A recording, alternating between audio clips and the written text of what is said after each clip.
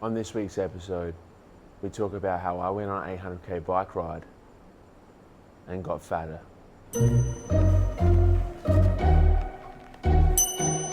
Check, yo, check, Razor. I'm running with some of the endless flows of pro, I bringing the ruckus. We kill them all, roll the fall, keeping the shit above it. I buzz like a bumble, drop drawers whenever I rumble. You said you write rhymes, but it sound like you got carpal tunnel or arthritis. I might just all night this priceless. So how you gonna change overnight, kid? My style all wild, Chappelle, you flawed now. Sure bound to sink in my waters until you all drown. Revealing you all now, fake casket put to sleep. The young vet, we hold the minds that you foresee. I pull from Long Beach, I call it treason. My to take your soul, kick your shit for no reason. You fools do better off being neutral. Cause I go cuckoo, they see Rio and then I nuke you. Sex and bitch, they call me sutras. No, back the fuck up. You wait your turn. That's how it's fucking done. You see that? See that shot, bro? How much sleep, if any? On this ride, I didn't sleep. I just went straight through. The day before, I started at 3 a.m. I woke up at 3 a.m. And then I started the bike ride at midnight. Probably napped about 1 or 2 hours before I started. About 530 k's in, I remember I was sitting on a toilet in Geelong. I thought I shit my pants, and I just started to fade away a little bit. I probably rested my eyes for maybe 15 minutes on that toilet, and then I just kept going. What made you do that? If any doubts in your head during the race, how do you deal with them? I had to do this bike ride for a qualification for the India Pacific Wheel Race. I thought that I had done the qualification ride, but it needed to be in 2017 solo, which I hadn't done. So it was like 3 a.m, I was doing seated rows, squeezing my lats. For some reason, I was thinking to myself, check your email, check your email, check your email. So I checked my email. There was an email there from the admin saying I had to do this 800k ride before Sunday. I think it was Thursday. All I did, I called Jess, asked her what time Shanghai Dumpling House opened, and we went from there. I never doubt my capabilities. I never have, and I never will. Here's why. Because the doubt leads to hesitation, and the hesitation led by fear will be the fucking end of you. It will literally be like tying a noose around your neck. Because it's like, what are you gonna be scared about? Worst case scenario, you die. You know what I mean? Are you gonna be scared of the number one defining fact that makes you a fucking human being? Of course you're not. It'd be like walking around with a capacity limiter at 70% this whole time. It's like you can't be scared. Most people go out on the road and they go from 0 to 3,300 in under 2 seconds flat. They go from, my ankle hurts, who am I? My knees hurt, what am I doing? You know, my shoulders hurt, what's the point of his existence itself? These questions are your birthright. They pop up because you've crafted this whole situation, aka daily life, that distracts you from these questions because they're hard, they're challenging. You know, if I could blow a balloon for you and throw it into the sky, I would, because you finally felt enough distaste in the situation. You've finally peeled back enough layers to where it's raw enough that you have the courage to ask yourself, why am I a human floating on a fucking rock in the middle of space and no one knows what's going on? The specifics of the questions aren't the point. They're not the point at all. It's coming to terms with the nature of the questions that is. I don't know. That's the nature of the question. Did you ever feel like you're achieving a trance-like state, or was it mostly grinding? The trance-like state for me is really initiated by a high level of focus. The high level of focus is literally, it's the ticket to the keymaker. It's a one-way ticket to the keymaker. The keymaker will cut you a key and it will open the door. And once you walk through that door, it's a whole new plane of existence opens up for you. Burdens that you felt before you walk through the door, they don't apply. The burden of time now does not apply when you initiated by a high level of focus. I know it sounds woozy-woozy, but you've experienced it. Trust me, you've experienced it. If you watch this, you probably train. And if you train, you've probably experienced a workout that might have been 2.5 hours. It felt like that. You don't even remember what took place. You might have had a conversation, intimate, whatever the fuck you want to call it, right? Like that, you don't even remember it taking place. You're truly experiencing 100% of the situation you're in. Feels like you're not there, but it's actually the most there you've ever been. Here's why. Well, here's why it doesn't feel like you're there.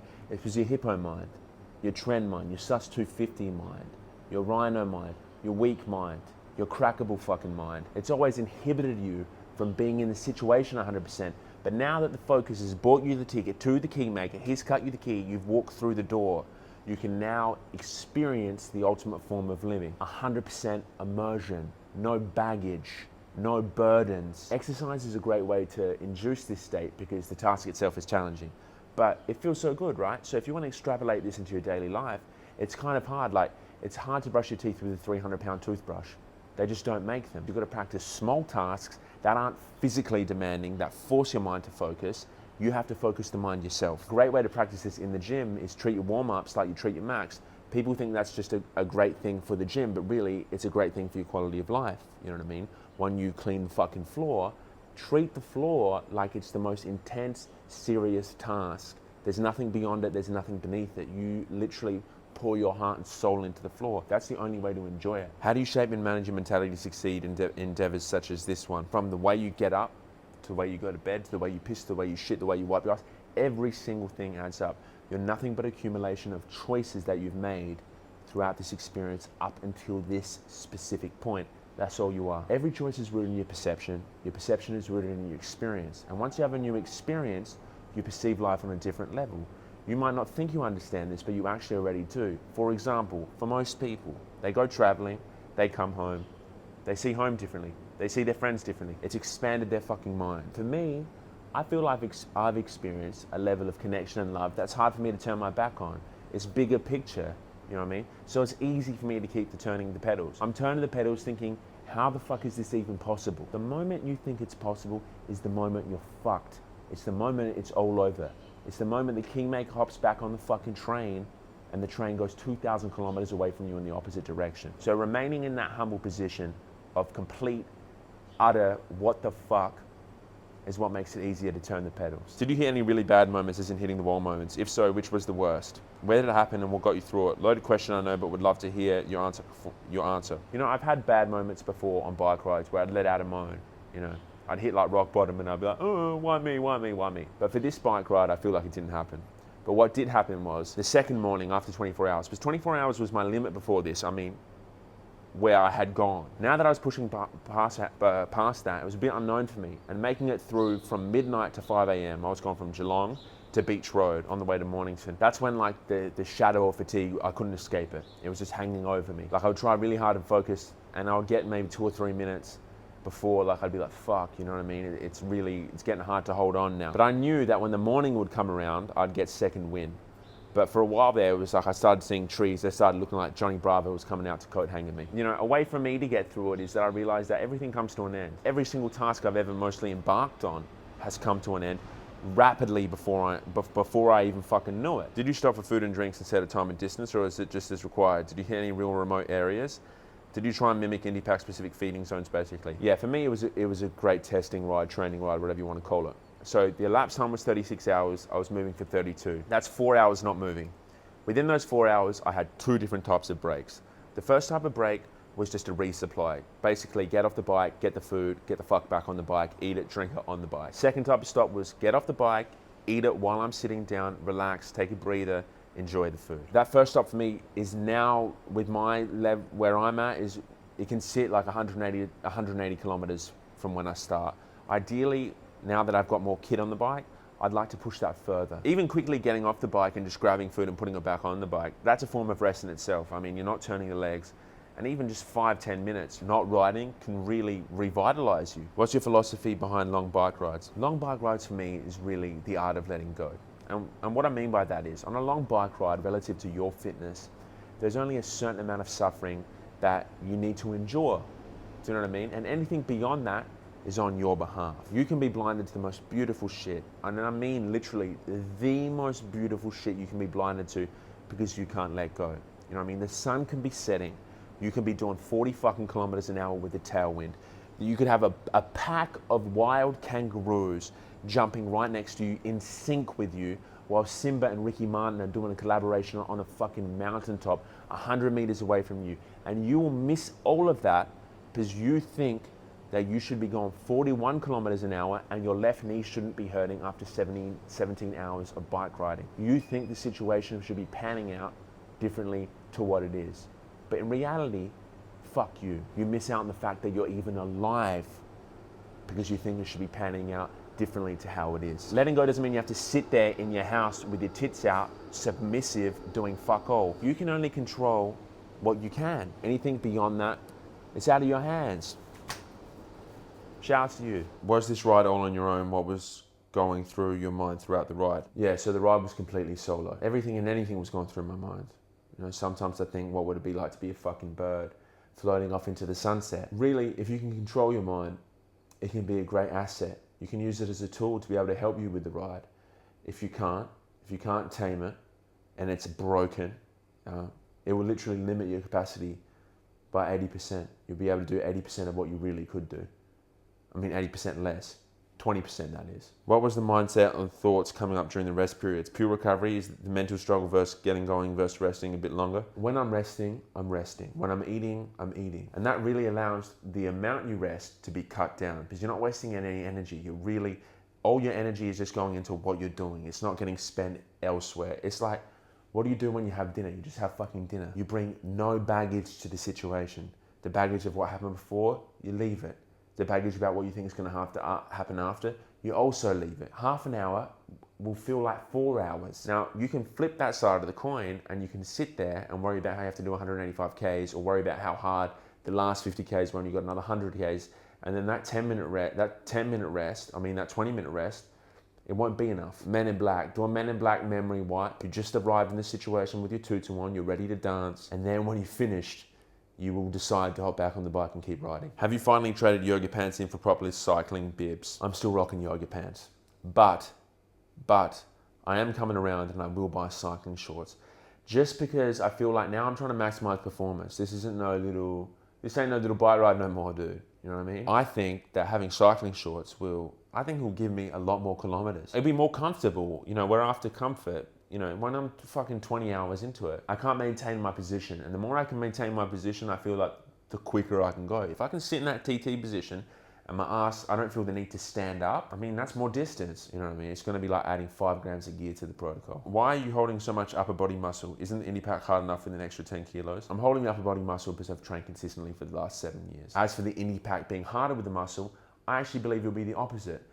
Training consistently for 7 years has definitely, what that has given me, the tools that has given me that I can bring to the indie pack far outweigh any sort of negative impact that an ounce of muscle will give me on the bike ride. How do you set up your training to maintain your physique? My training right now, if you look at the numbers, is maintenance. But in reality, I am making progress relative to the training load, especially for cycling. Because I'm losing weight, the volume of cycling is a lot more higher. So for me to even be able to maintain the strength that I had built before is huge. Now for you, if you're trying to set up your training, my advice to you would be, first of all, realize jack of all trades, master of none. If you understand that first thing and you're willing to keep going anyway, it's almost like a tug of war. And I've used this analogy before. You have you got one dude on the left, one dude on the right pulling you. And if they're pulling equally, you get left in the middle. Now, what you got to do is make sure that one side is getting pulled harder than the other, so you go in one direction. You might put most of your efforts into cycling for the start of the year, build a great base of volume, maintain your strength in the gym. And then at the end of the year, you taper off the cycling, bring up the intensity, drop the volume. You can even bring up the intensity and volume of your workouts, but you'll definitely make some performance gains in the gym and on the bike. So it's really just about balancing those two as best as you can and realizing you can't burn a fucking candle at both ends and that you really can't get better at both at any measurable rate unless you're a noob. Did you listen to any music or audio books, etc.? I didn't listen to any audio books, and I think out of the whole time, maybe I listened to an hour of music total. I feel like the music definitely limits me. It definitely limits me. It definitely limits my ability to focus on the task at hand and really get immersed into what I'm doing. For most people, I don't think they listen to music on these bike rides and really enjoy the music. The music acts as a form of distraction for them. Sometimes there's lessons, man. The fatigue brings about lessons. There's things that you need to understand. There's plateaus that you need to break through mentally, spiritually, whatever. And if you're using music to get around that and you don't have to go through that, then you'll never be able to reach your next level. If it's getting fucking tough, pull out the headphones. Pull out the headphones straight away and just deal with whatever you have to. Even though it might seem like a fucking shit idea at the time, which it definitely does, you'll be better off for it because that won't be a roadblock for you no more. Are you still doing online training or is Uber Eats your main source of income? I do Uber Eats as my main source of income. Supplementary to that, I sell t-shirts on the side. Shouts to t-shirt. Get yourself a fucking t-shirt if you want. Lightweight fabric, NASA spacesuit type fabric, increases life quality by 5,000%. But if I sell more t-shirts, I work less Uber. If I sell fuck all t-shirts, I work more Uber. If anyone wants to do Uber, definitely don't do Uber at the end of the year here in Australia because it's severely minimum wage. You might do 8 hours and make $10. Did you use electrolytes or did you just stick to water?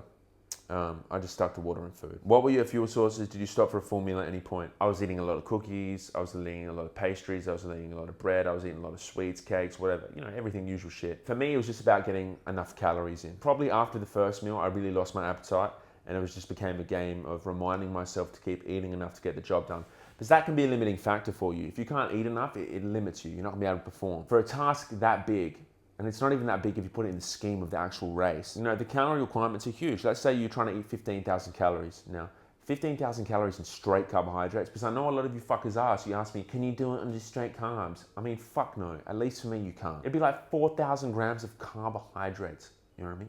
What am I gonna eat that's gonna give me 4,000 grams of carbohydrates if it's not straight sugar? You know, I almost called Jess when I was on the way to Geelong, calling her saying, I think I prolapsed. Because I thought I shit my pants. It was just water. We're looking for low volume, high calorie. You know, 2 slices of bread, 1 gram of fat. That's a no-no. A banana. That's a no-no. No fat. That's a complete no-no. Unless, you know, you're out there, you're dying, your blood sugar so low, yeah, fuck it, we hit it up. But I want the mix. That's the juice, that's the holy grail. At least for me. You know, your body's a phenomenal machine. I know there's some dude out there who can fucking do it on pure air, but that's not me. Did your third eye awaken on this ride? It's a must-have for the big jobs. Big shout out to everyone who supported the channel this week by buying a t-shirt. It makes a difference because you're putting food on my fucking table, and there's no real way I can repay you other than, you know, sharing with you what I think can help you, bro. You know what I mean? What's helped me, if that can help you, that's all I can do. Like, share, comment, subscribe, share with your mum, share with your sister, share with your spouse, people, camera, share with you too. Follow me on Facebook, Twitter, Instagram, fucking YouTube, like. Shout out to my boy H. See you on a fucking tube tomorrow, like. Peace.